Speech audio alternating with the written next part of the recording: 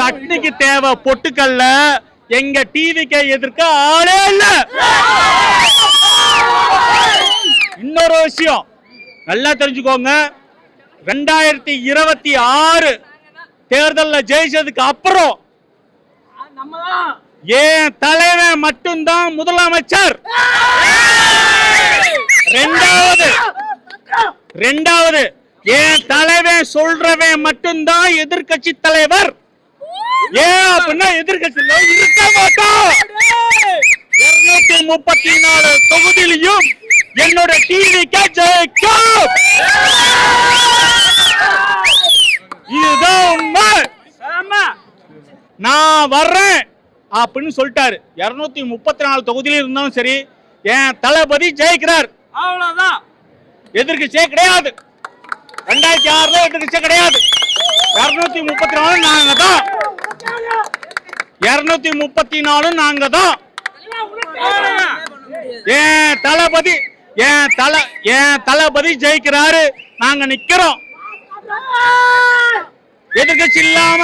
எதிர்கட்சி இல்லாம ஒரு ஆட்சி நடக்குது அப்படின்னா அது 2026 ஆட்சி தான்.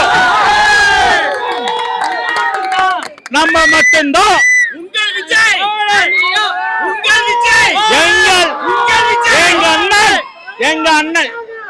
எங்க அண்ணன் விஜய் நிக்கிறாரு. 234 தொகுதியிலும் அண்ணன் ஜெயிக்கிறாரு. எதிர்கட்சியே இல்லாத ஒரு பார்லிமெண்ட், அதாவது சட்டசபையை இந்த தமிழ்நாடு பார்க்கும்.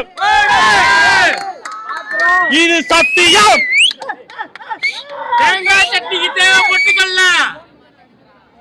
எங்க தளபதி இல்லாம யாரும் இல்ல.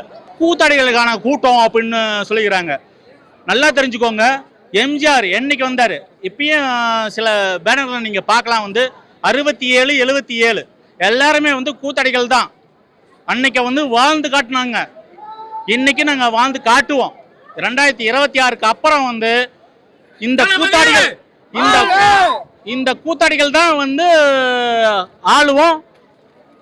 மக்களுக்கான நல்ல ஆட்சியை நாங்க தருவோம் அப்படின்ற ஒரு நம்பிக்கை எங்களுக்கு இருக்குது. ஏன் தளபதி எனக்கு செய்வாரு அப்படின்ற நம்பிக்கை எனக்கு இருக்குது. தளபதி